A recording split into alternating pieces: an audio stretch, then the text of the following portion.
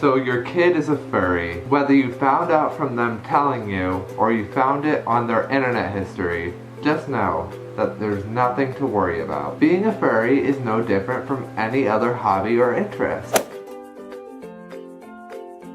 A furry is an anthropomorphic animal, or an animal with human characteristics. Simba from The Lion King is a furry. Brian from Family Guy is a furry. Robin Hood is a furry. The concept of anthropomorphic animals actually goes back to ancient Greece, and maybe even before then. If your kid is calling themselves a furry, then it means that they're in the furry fandom. The furry fandom is simply a group of people who are fans of anthropomorphic animals. Nothing more and nothing less. It simply means that you think it's really cool when animals walk on two legs and talk to each other. Many furries in the furry fandom create their own character, or their persona. A persona is simply a furry persona. Lots of furries create their persona out of their favorite animal or color, and they make their personas match the personality that they have or that they wish they had.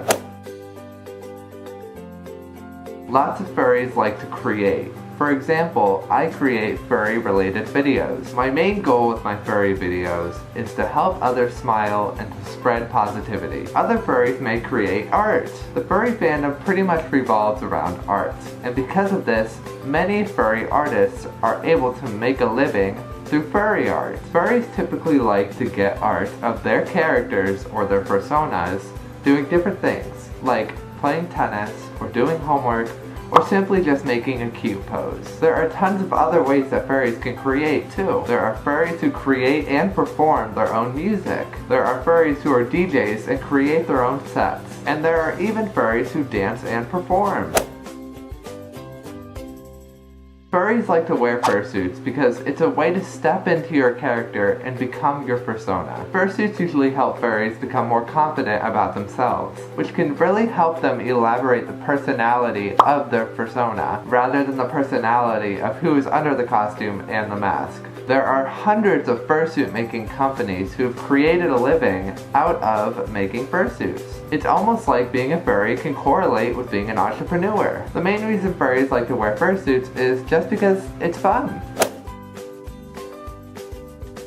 If you're thinking this, then you've probably seen furries on TV shows like CSI and My Strange Addiction, which is probably why you're here in the first place. There is a sexual side to the fandom, however, it is not the majority. Media has portrayed furries as a sex-crazed community, but these are just stereotypes.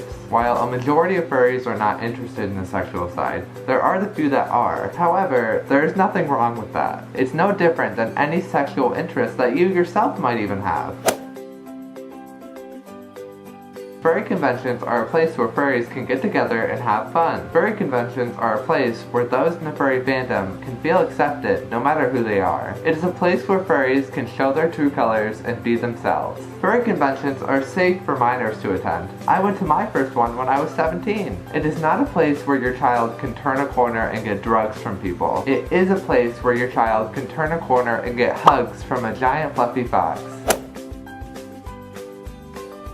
Furries are actually a very generous community. At conventions, furries are able to donate to charity in multiple different ways. The largest furry convention in the world is called Anthrocon and takes place in Pittsburgh, Pennsylvania. Not only does the economy boom every year in Pittsburgh during Anthrocon, but in 2015, furries raised $36,000 to the Western Pennsylvania Humane Society. Furries don't sound so bad anymore, now do they?